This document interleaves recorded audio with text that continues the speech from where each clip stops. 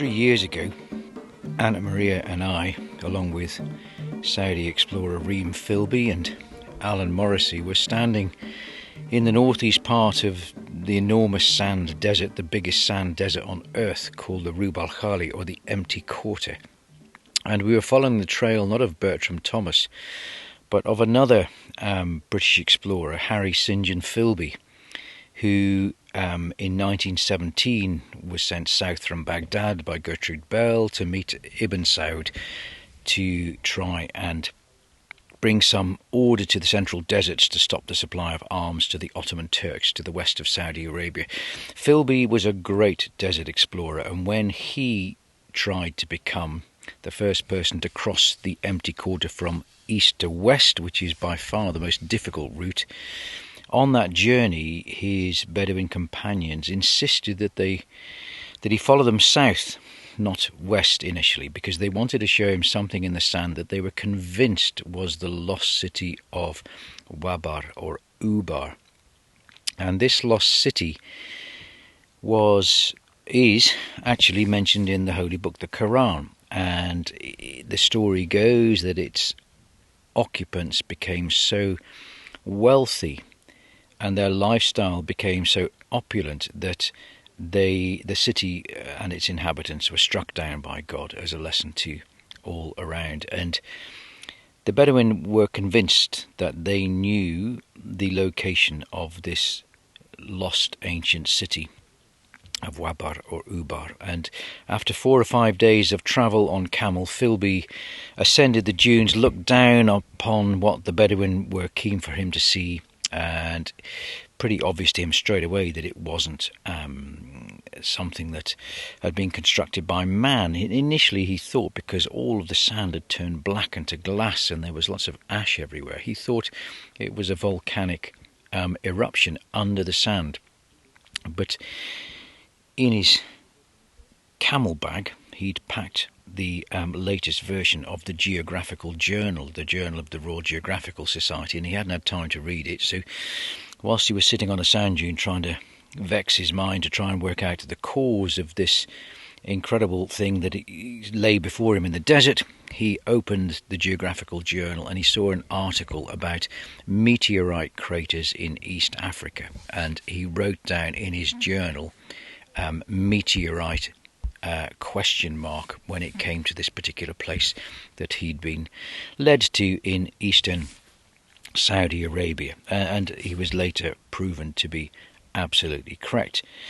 So Philby thought he was going to be the first European to see this lost city, but in the end he wasn't. It wasn't what the Bedouin thought it was.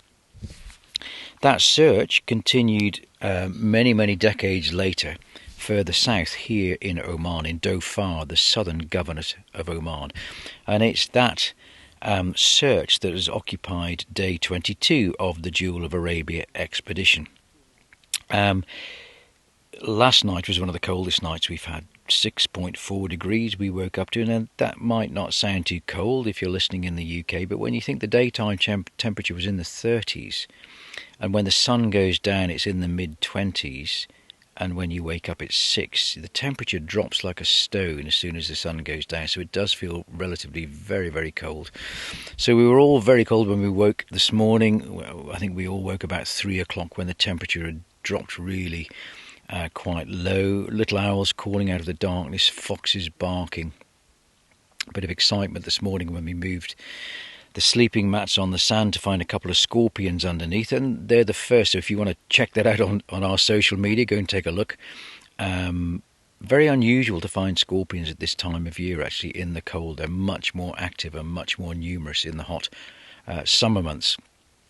When we crossed the Empty Quarter ourselves 6-7 years ago, 49 days of sleeping on the sand and walking on the sand, never saw a single scorpion in the winter months, December and January. So we were quite surprised to see 2 this morning. But that didn't really slow us down. Really, we went into this small community called Shisser, or Ubar, as it's known to the tourists. But Shisser in English means crack or cleft.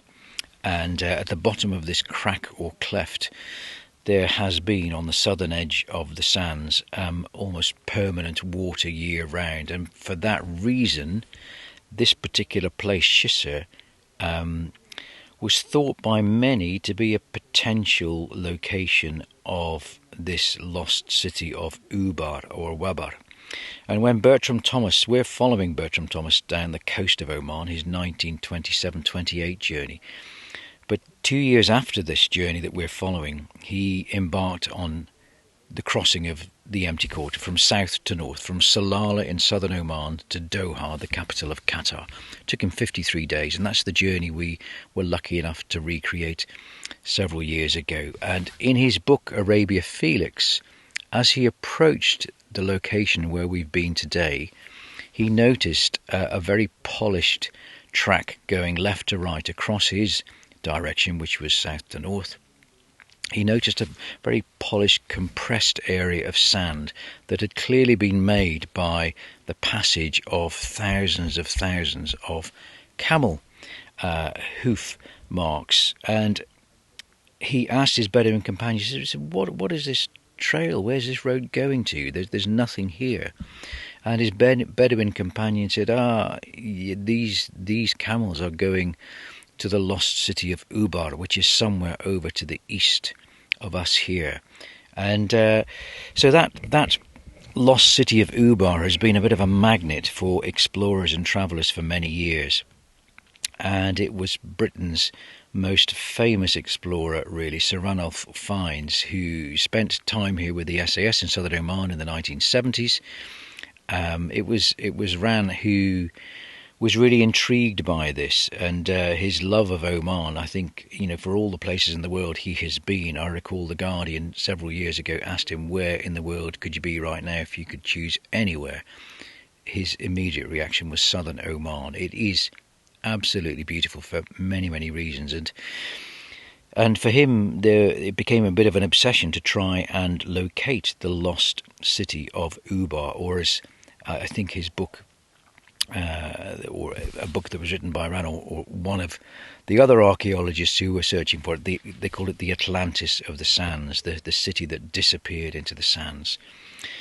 And it was Ran and a bunch of other archaeologists who were excavating in the area where we were today, and it was they that discovered, I think, some porcelain chess pieces. So we're several hundred kilometres from the coast, and yet they found porcelain chess pieces hundreds of years old, made in China, and other artefacts scattered and buried under the sand.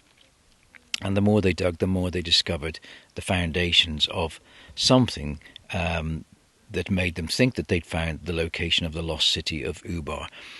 Why did it grow up where it did, and why did it become so prosperous? So, well, as you're heading north from the frankincense forests of southern Oman, as you're heading north with your train of caravans, and remember that frankincense once had a value greater than oil or gold do today. It was much sought after by the markets to the north of Constantinople and Damascus and Cairo and Alexandria. And the camel trains would set off hundreds of animals strong, and the location of Ubar, where we were today, was your last guaranteed water before you entered the enormous dunes of the Rub al Kahli, which is what we were looking at tonight when we walked onto the top of the dune above our campsite, looking to the north, the Saudi border, just to see a forest of enormous star dunes getting bigger and bigger the further north you look. So if you're heading into that lot, then Ubar was the last guaranteed water. And obviously, conversely, if you're struggling your way south through the waterless wastes, then you're very much looking forward to Ubar and watering yourself and your camels.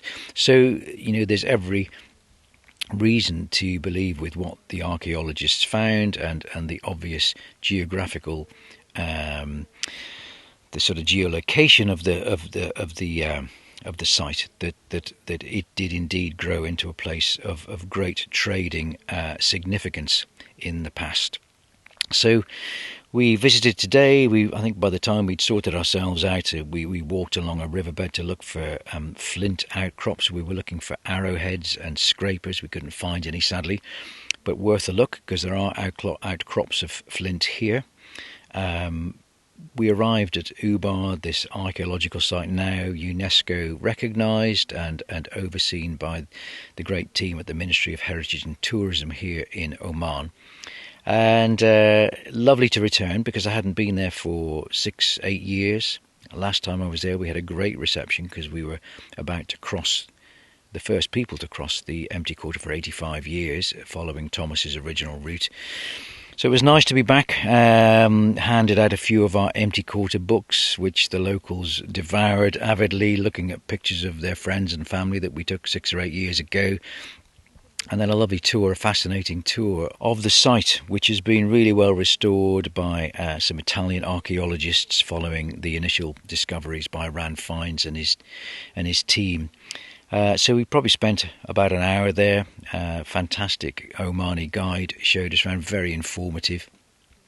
Sadly, as in many places in Oman, the water table is dropping due to extraction, due to agriculture and domestic use. So there is no longer any water in Shire. So just like the well that we discovered about 3 weeks ago that Thomas visited in a place called Mahout. In 1927, the water was only 20 feet down below. Today, there's absolutely nothing left. So, a combination of changing climate, lack of rainfall, and great human extraction at a rate faster than it can be replenished naturally means that water tables are falling. So a great day of connection to wonderful explorers like Ranulph Fiennes and Bertram Thomas. Ended with us travelling about an hour and a half further northwest to the sort of last outpost in Oman before you reach the border with Yemen and Saudi Arabia, which is a place called Al Hashman. And that's where I'm sitting right now. I've walked away from the group. I'm sitting on a chair under the stars. The stars are just amazing tonight because there's no sight of the moon as yet. So that means the sky is totally dark. I can see the Milky Way above my head. Saturn's up very clearly. And it's just a beautiful, beautiful, silent place. Not a breath of wind, but the temperatures are dropping very quickly. I've got my fleece jacket on trying to stay warm. But we travelled here to Al Hashman because I wanted to deliver a copy of the book that we wrote of our empty quarter journey to some of the lovely people who welcomed us here 6 to 8 years ago. We had 4 camels on that expedition, but camels today have gone a little bit like people, have gone a little bit too soft, and we were very concerned that the camels that had been loaned to us by the Omani cavalry would not be tough enough to endure what lay ahead, because we knew when we crossed the border into Saudi Arabia, and there's nothing there, you really don't know whether you're in Oman or Saudi, because it's just desert, there was potentially 30 days of going through pretty challenging dunes, and we weren't sure whether the camels would be up to it. So rather than walk with the camels from the coast in Salalah, we chose to walk just ourselves from Salalah for 10 or 12 days, and we walked to Al Hashman, and it was here in Al Hashman where we'd left our 4 camels for a couple of weeks to try and be toughened up.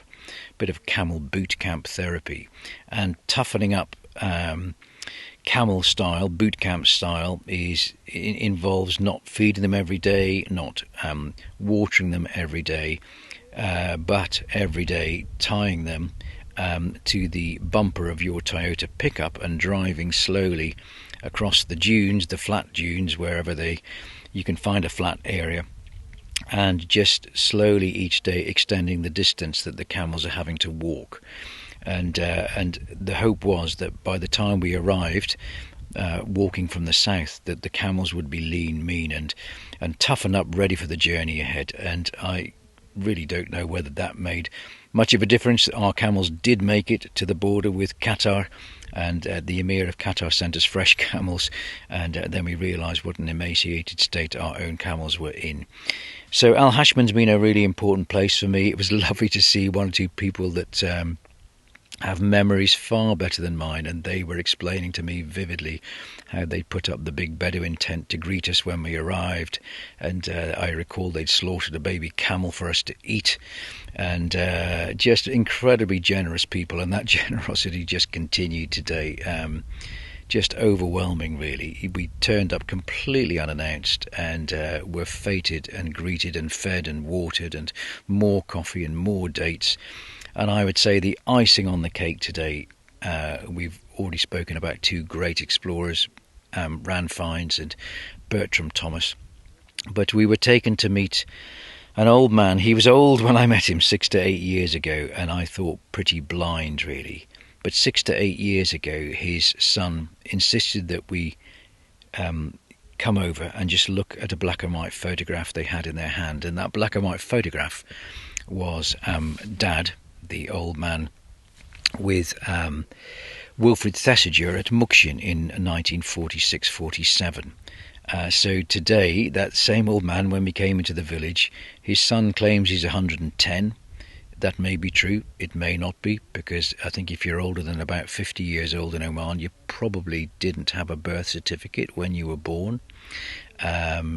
So we're not entirely sure how old he is. The story started at 115, but it was down to 110 a little bit later in the afternoon. But when it came to prayer time, old father had been sleeping, so his son, who was the very generous deputy wali of Al Hashman, took us over to meet his father, and indeed, yeah, his father's still alive, and it's, we met someone today who travelled with that legendary desert explorer Wilfred Thesinger, so that was really lovely to be in such close contact with someone who is an absolute legend of desert exploration.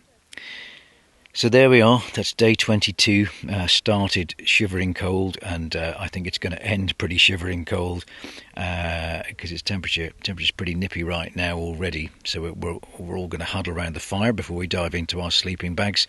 Tomorrow we are heading back east from Al Hashman. We will pass the lost city of Ubar and south to the community of Thumrait, where we're going to meet some fascinating people who are tapping frankincense trees for the sap, and we'll explain how that works. Probably not tomorrow. Tomorrow we're going to talk about raptor restaurants, but probably the day after we'll be talking about frankincense, this incredible product of southern Arabia, and how it's harvested and how it's used today and how its use has changed over time. So I think you'll find that pretty interesting. Look forward to sharing that with you. Don't forget, we have the expedition website, jewelofarabiaexpedition.com. Go there to listen to many other podcasts that we've recorded with interesting people, and some video clips that we recorded with some of the UK's greatest explorers and travel thinkers, and some really inspiring Omanis and stories of Omani innovation.